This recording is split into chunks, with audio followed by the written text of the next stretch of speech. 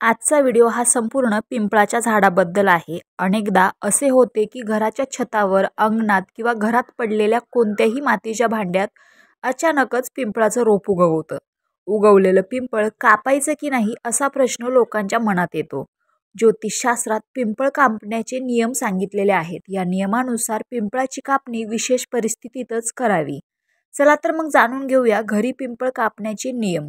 पिंपळ हे देवतांचं निवासस्थान आहे। पिंपळाची पूजा केल्याने ग्रह शांत होतात आणि जीवनात सुख समृद्धी येते। पिंपळाचे झाड लावल्याने किंवा पिंपळाला झाडाला पाणी अर्पण केल्याने ग्रहांची शांती होते। परंतु अनेक वेळा असे होते की घरात पिंपळाचे झाड वाढते आणि अज्ञानात लोक घरात उगवलेल्या पिंपळाच्या झाडाला पाणी अर्पण करू लागतात। ज्योतिषशास्त्रानुसार घरात उगवलेल्या पिंपळाला पाणी देऊ नये। त्याचबरोबर घरात वाढणारे पिंपळही शुभ मानले जात नाही। आता प्रश्न पडतो की घरात वाढणारे पिंपळ कसे कापायचे?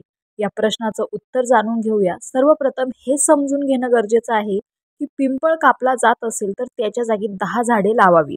त्याचे संगोपनही करावे। 1000 पानांपेक्षा लहान पिंपळाचे झाड असेल तर ते कापण्यात काहीच दोष नाही। टाक्यांभोवती पिंपळाची झाडे लावली जातात। ते कितीही मोठे असले तरी त्यांना कापण्यात काहीच दोष नाही।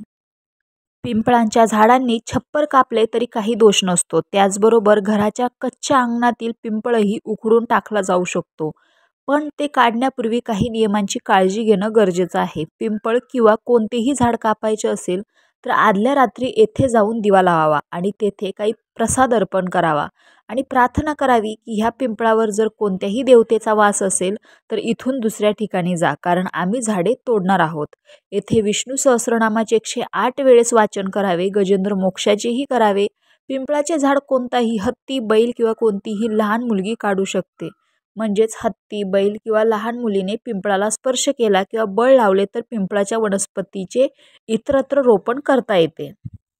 दुसरीकडे पिंपळाच्या झाडाची पुनर्लागवड करता येत नसेल आणि कापायची असेल तर सर्वप्रथम जी कुऱ्हाड चालवायची असेल ती समोर तूप किंवा मध लावून भरावी आणि मग कुऱ्हाडीने ते पिंपळ कापून घ्यावे। कापलेले पिंपळाचे लाकूड स्मशानभूमीला दान करावे किंवा हवन ज्या ठिकाणी केले जाते त्या ठिकाणी दान करावे। पिंपळाची पाने हत्तीला खायला दिली तर तीही खूप चांगली असतात। हत्तीला किंवा बैलाला पिंपळाची पाने खायला घालणे हा आता त्याचा दोष राहिलेला नाही। एक झाड तोडण्यापेक्षा 10 झाडे लावण्याचा नक्कीच प्रयत्न करावा। पिंपळच नाही तर प्रत्येक झाड अनमोल आहे। झाडे हाही जीवनाचा महत्त्वाचा भाग आहे। त्या आधारे पिंपळाच्या झाडाची पूजा व सेवा करून पुण्यफळ मिळत राहिले पाहिजे।